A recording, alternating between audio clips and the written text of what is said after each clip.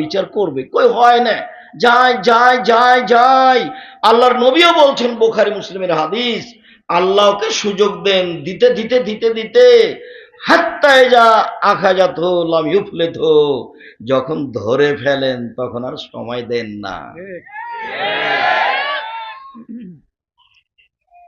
ফেরাউন 2-1 দিন জুলুম করেনি, প্রায় 1,500 বছর।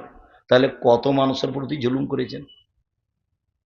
তার বিরুদ্ধে গেলে বালুর উপরে ফেলে দিয়ে হাতে পায়ে কাঁটা মেরে দিয়ে গায়ে সাপ বিচ্ছু ছেড়ে দিত। লৌহ শলাকাধারী ফেরাউন, বড় বড় যারা জালেম চলে গেছে পৃথিবীতে, সর্বোচ্চ জালেম ফেরাউন। তারপরে একদিন সময় শেষ হয়ে গেছে।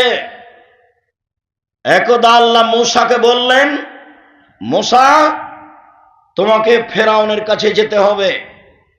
মূসা বললেন, আমি সাবলীল ভাষায় কথা বলতে পারি না, মুখে সমস্যা আছে, আমি যাব না।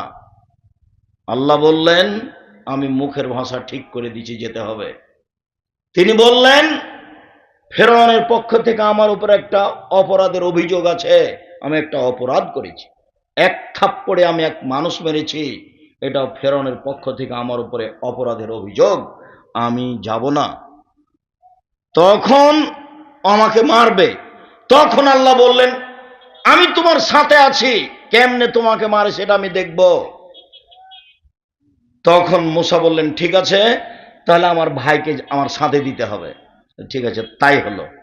মুখ ঠিক করে দিলাম, ফেরাউন মারতে পারবে না, আমি আপনার সাথে আছি। হারুনকে দিলাম, এবার যান। এবার 2 ভাই এসে বলছেন, স্বাধীনতা। 2 ভাই এসে বলছেন, বানি ইসরায়েলকে ছেড়ে দেন, আমাদের সাথে স্বাধীনতা লাগবে। বানি ইসরায়েলকে এভাবে দাস দাসী করে রেখেছেন কেন, ছেড়ে দেন। তখন ফেরাউন বলছেন, কে, তুমি কি সেই মূসা নও যাকে আমি শিশুকালে বহুদিন লালন পালন করেছি? তুমি কি তোমার বয়সের বহু বছর আমার মাঝে ছিল না? হ্যাঁ, ফেরাউন তো তাকে লালন পালন করেছে। তোমাকে কি আমি শিশুকালে লালন পালন করিনি? তুমি কি বহু বছর আমার মাঝে থাকোনি? তুমি যা করেছ তা করেছ, তুমি তোমার কর্ম করেছ, তুমি 1 থাপ্পড়ে মানুষ মেরেছ, তুমি বড় অকৃতজ্ঞ। আমার মানুষকে হত্যা করে আমার দেশ থেকে চলে গিয়ে তুমি আমাকে দাওয়াত দিতে আসো, তুমি বড় অকৃতজ্ঞ। মূসা আলাইহিস সালাম বললেন, জি, আমি যা করেছি তা করেছি, আমি তখন ভুল পথে ছিলাম, আমি আপনার হত্যার ভয়ে দেশ ছেড়েছি। আমার প্রতিপালক আমার প্রতি দয়া করেছেন, দয়া করে আমাকে জ্ঞানে গুণে পূর্ণ করেছেন, তিনি আমাকে নবী করেছেন। ঠিক, আপনি আমার প্রতি অনুগ্রহ করেছেন, অনুগ্রহ করে আপনি খোঁটা দিয়েছেন, খোঁটা দিয়ে আপনি বানি ইসরায়েলকে দাস দাসীতে পরিণত করেছেন। ভাষা পরিবর্তন করে তুমি বড় উদ্ধত স্বৈরাচার, তুমি বড় সীমা লঙ্ঘনকারী। ঘোষণা মূসা আলাইহিস সালাম ফেরাউনের সামনে দিলেন। যা হওয়ার তাই হলো। ফেরাউন হত্যার জন্য প্রস্তুতি নিল, মূসাকে হত্যা করতে হবে। তার মানে ফেরাউনের জুলুমের সময় শেষ হয়ে আসছে, ফেরাউনের জুলুমের সময় শেষ হয়ে আসছে। যা হওয়ার তাই হলো। মূসা আলাইহিস সালাম পার হয়ে গেলেন সাগরে, ফেরাউন সাগরে ঢুকে গেল, 2 দিকে পানি দাঁড়িয়ে আছে। ফেরাউন জানে, হুঁশিয়ার মানুষ, সচেতন, যে আমি যদি ভিতরে চলে যাই, পানি যদি 2 দিক থেকে চেপে আসে তাহলে কি হবে। এটা তার বুঝের অভাব ছিল না, কিন্তু যখন মানুষ রাগ করে তখন বুদ্ধি কমে যায়। এত খেপেছে ফেরাউন, মূসাকে সে হত্যা করবে, যার কারণে সে রাস্তায় নেমে গেল। 2 দিক থেকে পানি এসে জমা হয়ে গেল। যখন পানি এসে জমা হয়ে গেল তখন ফেরাউন বলল, আন্নাহু লা ইলাহা ইল্লাল্লাযী আমানাত বিহি বানু ইসরাঈল ওয়া আনা মিনাল মুসলিমিন। আমি ঘোষণা দিচ্ছি, আল্লাহ ছাড়া কোনো মাবুদ নাই, আমি মেনে নিলাম তাকে আল্লাহ বলে, যাকে বানি ইসরাঈল মেনে নিয়েছে, আমি একজন মুসলিম। ঘোষণা দিল ফেরাউন, আমি একজন মুসলিম। তখন আল্লাহ বললেন, আল আন, এখন অকাত আসাইতা কাবল, তুমি তো নাফরমান ছিলে ইতিপূর্বে, তুমি তো জমিনে বিপর্যয় সৃষ্টি করেছ। মনে রেখো তুমি আলিয়া মানুনা জিকা বেবাদা নিকালে তা কুনালে মান খালফাকা আয়, আমি তোমার শরীর রেখে দিলাম চিরদিনের জন্য। পৃথিবীতে যত মানুষ জুলুম অত্যাচার করবে তাকে জানতে হবে শেষ পরিণতি হবে ফেরাউনের পরিণতি। জুলুম করে রেহাই পাবে না মানুষ। দাঙ্গাবাজি করে ক্ষমতা দেখে দলীয় দাপটে, অর্থ সম্পদের দাপটে, বিদ্যার দাপটে মানুষকে অপমান করে বেশি দিন টিকা যায় না। জুলুমের ফল দুইবার ভোগ করতে হবে, একবার ইহকালে, একবার পরকালে। জুলুমের ফল যখন পরকালে ভোগ করতে হবে তখন বিচার আর তাড়াতাড়ি হবে না। যত জালেম আছে সবার বিচার দেরিতে হবে। যারা জাকাত দেয় না তারাও জালেম। কিভাবে? ফকিরের টাকা মেরে খেয়েছে, এই জন্য তার বিচার দেরিতে হবে। যারা জালেম আল্লাহর নবী বলছেন ওদের বিচার দেরিতে হবে। কতদিন দেরি আল্লাহ ভালো জানে। একদিন যদি দেরি হয় 50,000 বছর, 3 দিন যদি দেরি হয় 1.5 লক্ষ বছর, কতদিন দেরি হবে আল্লাহ ভালো জানে। প্রত্যেক জালেমের বিচার দেরিতে হবে। মহান আল্লাহ বলেন, মুহাম্মদ সাল্লাল্লাহু আলাইহি সাল্লাম, আপনি মানুষকে মাফ করুন। মানুষ যে আপনাকে গালি দিয়ে কিছু কথা বলে পাপ করেছে, এর জন্য আপনি আল্লাহকে বলুন, আল্লাহ ওদের যে গুনাহ হয়েছে সেটা ক্ষমা করে দাও। অসাবেরহুম ফিল আমর, আপনি পরামর্শ করে কাজ করুন। ফাইজা আযামতা ফাতাওয়াক্কাল আলাল্লাহ, যখন আপনি কোনো কাজ করবেন, সিদ্ধান্ত নেবেন, তখন আপনি আল্লাহর উপরে ভরসা করবেন, আপনি কাজে সফল হবেন। আমাদের নবীকে আল্লাহ তাআলা আদেশ করেন মানুষকে ক্ষমা করার জন্য এবং মানুষের জন্য ক্ষমা চাওয়ার জন্য। তাহলে সদাচরণ একেই বলে। মহান আল্লাহ বলেন, আল্লাযীনা ইনফিকুনা ফিস সাররাই ওয়াজ যাররাই ওয়াল কাযিমিনাল গায়য ওয়াল আফিনা আনিন নাস, ওরাই মূলত সদাচরণের লোক যারা অসহায় মানুষকে দান খায়রাত করে, সচ্ছল হলেও অসচ্ছল হলেও। সচ্ছল হলে বেশি দেয়, অসচ্ছল হলে কম দেয়। অল আফিনা আনিন নাস, মানুষকে মাফ করে। কি হয়েছে? অন্যায় করেছি, ঠিক আছে, এরপরে যেন হয় না, যাও তোমাকে মাফ করে দিলাম। কি হয়েছে? মালিক এটা এভাবে বললে কেন? দেখি আরো 2-3 রাত তোমাকে সময় দিচ্ছি, দেখি তুমি ঠিক কাজ করতে পারো কিনা। কর্মচারীকে হতে হবে বিশ্বস্ত, আর কর্মচারীকে হতে হবে দর্শনধারী, আর কর্মচারীকে হতে হবে শক্তিশালী। 3টা গুণ থাকবে কর্মচারী। আপনারা যারা মালিক, যে কোনো কাজে, আপনি একটা ইন্ডাস্ট্রিজের মালিক, একটা কারখানার মালিক, আপনি কিছু কর্মচারী রেখেছেন, কর্মচারীর 3টা গুণ থাকতে হবে। একটা কি? বিশ্বস্ত, টাকা যেন মেরে না খায়, আল্লাহ বলছে। 2, দর্শনধারী, ওকে দেখতে যেন ভালো লাগে, ভ্যাংচা মুখের যেন না হয়। ভ্যাংচা মুখের কি করবে? সে রুজি আপনার চিন্তা করার দরকার নেই, ওটা আল্লাহ ব্যবস্থা করবেন। আপনি দর্শনধারী লোক ঠিক করবেন।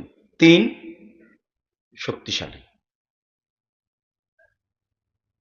এই 3টা গুণের লোককে মানুষ নির্ধারণ করতে হবে কাজের জন্য। সম্মানিত দিনী ভাই বোন, আল্লাহ তাআলা বলেন যে ওরাই হলো সদাচরণের অধিকারী মানুষ, ওরাই জান্নাত পাবে যারা অসহায় মানুষকে দান খায়রাত করে থাকে, সচ্ছল হলেও অসচ্ছল হলেও এক। ওয়াল আফিনা আনিন নাস, মানুষের ভুল ত্রুটিকে মাফ করে দেয়। ওয়াল কাযিমিনাল গায়জ, রাগকে দমন করে। রাগকে দমন করতে হবে। মনটা খুব খারাপ, মনে হচ্ছে যে 2 থাপ্পড় না দেওয়া পর্যন্ত থামতে পারি না, মনে হচ্ছে যে 2টা কথা না বলা পর্যন্ত থামাই যাচ্ছে না, ভিতরটা এত জ্বলছে। তাহলে আপনি কি বস্তির মহিলা? বস্তির মহিলা ঝগড়া লাগলে যত খারাপ কথা বলতে পারে তত খুশি হয়, আর যখন ঝগড়া বন্ধ হয়ে যায় তখন বলেছি যে মনটা ঠান্ডা করে বলেছি কথা। তো আপনি কি বস্তির মহিলার মতো যে আপনার চরিত্র কেন এত আপনি খেপে যাচ্ছেন কেন? 2টা বলে নিলে আপনার কি হবে? বলিয়েন না তো। বলেননি তখন কি হয়েছে? আমি তো দেখি ফেসবুকে, ইউটিউবে মানুষ আমাকে বলে যে আপনাকে যে এত মানুষ ধুয়ে ছেড়ে দেয়, তা আপনি কিছু বলেন না কেন? আমি তো ওর নামই তো নি না, তো আমি বলবো কি? আমি এতটুকু বলি যে ওর যদি কথা বন্ধ হয়ে যায় তখন আবার রিং দিয়ে বলি, ভাইজান আপনার কি টাকা শেষ হয়ে গেছে? আর কোনো গালি ছিল কি? আর কোনো গালি থাকলে আবার আমি রিং দিলাম, ওটা আপনি শেষ করে নেন। ও কত বলল সেটার আমার উত্তর দেওয়ার দরকার নেই। ওর পাতা আমি কোনোদিন পড়িনি, পড়বও না। মাযহাবের পাতা আমি কোনোদিন পড়িনি, পড়বও না। ওই নিয়ে আমি চিন্তা ভাবনা করি না কোনোদিন। কোনোদিন মানুষের একটা বক্তব্য শুনেছি, সেই হিসাবে বক্তব্য দিতে শিখেছি, এটা আমার মনে পড়ে না। কামারপাড়ায় এসেছি বক্তব্য দিতে, কেন? তো মৌলানা আব্দুর রব খুলনা আসেননি, সেই জন্য। বীরকুষ্টিয়া মাদ্রাসায় এসেছি বক্তব্য দিতে, মাদ্রাসার সূচনা শুরু হবে, সেই জন্য প্রথম ইটটা আমার হাতের দেওয়া। কে যদি অস্বীকার করে থাকলে সে ধোঁকাবাজ, অস্বীকার করেছে, মিথ্যুক। প্রথম ইটটা আমার হাতের দেওয়া। তারপরে যিনি এ দিয়েছেন ছিলেন শেহাবুদ্দিন সন্নি, গোবিন্দগঞ্জ গায়বান্ধা, মারা গেছে। বলছিলাম সদাচরণ কি জিনিস আল্লাহ তাআলা বলেন। এবার চলেন হাদিসে কয়েকটা বলি।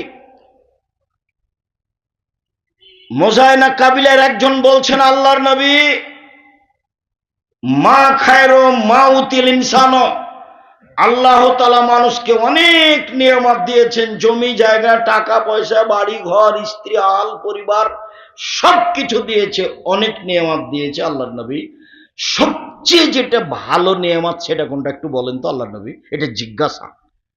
সবচেয়ে উত্তম ভালো কোনটা? তখন আল্লাহ রাসূল উত্তরে বললেন, আল খুলুকুল হাসান, ভালো আচরণ হলো সবচেয়ে উত্তম নিয়ামত। যার মুখ খারাপ তার কাছে ভালো আচরণ উত্তম নিয়ামত নেই। যে গালি দেয় বউকে, জনগণকে, তার কাছে উত্তম নিয়ামত নেই। যে কথায় কথায় ক্ষেপে উঠে, তার কাছে আল্লাহর পক্ষ থেকে উত্তম নিয়ামত নেই। এই ছেলে, মানুষকে অর্থ সম্পদ, জমি জায়গা, গাড়ি বাড়ি দিয়েছে, তার মধ্যে সবচেয়ে উত্তম কোনটা দিয়েছে বলো তো দেখি? সদাচরণ। সদাচরণ কি জিনিস গো? ভালো কথা ভালো কর্ম। সদাচরণ কি জিনিস? ভালো কথা ভালো কর্ম। লোকে বলে ছেলেটা ভালো, এই যে এটার নাম সদাচরণ। লোকে বলে ছেলেটার ব্যবহার ভালো, এটা হলো ভালো কথা ভালো আচরণ। লোকে বলে ওর স্বভাবই খারাপ, ও দুমুখা, ওর কথা বলছেন কেন, ওর স্বভাব খুবই খারাপ, ওকে দেখতে মন চায় না, ওকে আমি দেখলে ঘৃণা করি, এর নাম খারাপ আচরণ। এই ছেলে বসো, দয়া করে অল্প সময় কাজ দেখাবেন না। যারা আপনারা দিনী বোন আছেন, আপনারা একটু লজ্জাবোধ ইতস্তবোধ করে, ঢং ঢং করে এসেছেন, হেঁটে আবার ঢং ঢং করে চলে যাচ্ছেন কেন? গেলেন কেন? আজ তো আমি রাত 12টায় আসিনি, আজকে তো আগে এসেছি। আপনি আজকে বাড়ি চলে গেলেন কোন শরমে? আমি আপনার জন্য এসেছি। সারা বগুড়া জেলার যদি আমি প্রোগ্রাম নিই তো কয়েকশো হবে। তো মানুষের বছর বছর পার হয়ে যায়, একদিন আসতে পারি না, তো আপনাদের সুবাদে আসি। আমি আপনার জন্য এসেছি, আপনি চলে যাচ্ছেন মানে? চলে গেলেন কেন? আপনি সংসারের কি বুঝেন? সংসার কিভাবে করতে হয় সেটা আপনি কি জানেন? আপনার বাপ আপনার বিবাহ দিয়েছে, আপনি স্বামীর কাছে গেছেন, সেই জন্য আপনার বাচ্চা হয়ে গেছে, আপনি মা। মা কাকে বলে আপনার কি জানা আছে? দিন রাত আমি বলেছি, সেই জন্য আপনি মা কাকে বলে বলতে পারেন? আপনার বাড়িতে যদি আমি এখনই ঢুকি, তাহলে আপনার নাতি নাতনির অথবা আপনার ছেলের একটা পায়খানা করা পট আছে, সেটা হলো ঘোড়া। তা আমাদের বাড়িতে তো এই পটটা 3 মিনিটও থাকবে না। হয় পট ফিরিয়ে দিব, না হয় মাথা কেটে দেব। পট অবস্থায় আমাদের বাড়িতে থাকতে পারে না, এটা অসম্ভব। আপনার বাড়িতে আছে, আপনি একজন হস্তিনী মহিলা, মাস্টার ডিগ্রি পাস, আপনার স্বামী বলে। আমি আব্দুর রাজ্জাক বৈশাখ জিন্দেগিতে আপনাকে আমি মাস্টার ডিগ্রি পাস বলিনি। আপনি একটা রাস্তাঘাটের নিম্ন শ্রেণীর মহিলা, যারা বস্তিতে বসবাস করে, যারা নগ্ন হয়ে চলে, অকথ্য ভাষায় গালি দেয় মানুষকে, জেনার শব্দ উল্লেখ করে গালি দেয়, আপনাকে আমি নিম্ন শ্রেণীর মানুষ মনে করি। কে বলেছে আপনি হেডমাস্টার? আপনার শোকে যে কাঁকড়া আছে, আপনি শিক্ষিত মানুষ মহিলা, কে বলেছে আপনাকে? আমি তো বলিনি কোনোদিন। আপনি বগুড়া বাজার থেকে একটা নিয়ে এসেছেন, তরকারির একটা বাটি কিনে নিয়ে এসেছেন, ছিল কাতল মাছ। আমি তো সেটা কিনবো না। আপনি একটা আয়না কিনে নিয়ে এসেছেন সাত করে, সেটা হলো রুই মাছ। সেটা কি করে হতে পারে? আপনি একজন শিক্ষিত মহিলা, এটা কিভাবে হতে পারে? শিষ্টাচার কাকে বলে? শিষ্টাচার কি জিনিস? আপনার ছেলে মেয়ে, নাতি নাতিন সবাই পুতুল নিয়ে খেলায়, প্লাস্টিকের পুতুল হোক, আরো কিছু হোক, লোহা লক্কর স্বর্ণের হোক না কেন, আপনি কি দিয়ে নিজেকে শিক্ষিতা মনে করেন? আমি যে হাদিসটি দিনরাত আপনাকে শোনাই, সে হাদিস তো আমি নিজের কথা কোনোদিন বলিনি, সে হাদিস তো বুখারী মুসলিমের হাদিস। জাবের রাদিয়াল্লাহু তাআলা বলেন, আমরা আল্লাহ রাসূলের সাথে যুদ্ধ করে আসছিলাম, বাড়িতে ঢুকবো মদিনায়।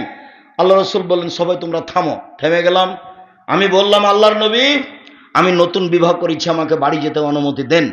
আল্লাহ নবী বললেন, ও তুমি নতুন বিবাহ করেছো? কুমারী মেয়ে বিবাহ করেছো, যার কোনোদিন বিবাহ হয়নি, এরকম মেয়ে বিবাহ করেছো, না তালাক প্রাপ্ত মেয়ে বিবাহ করেছো? তো জাবের বললেন, আল্লাহ নবী, আমি তালাক প্রাপ্ত মেয়ে বিবাহ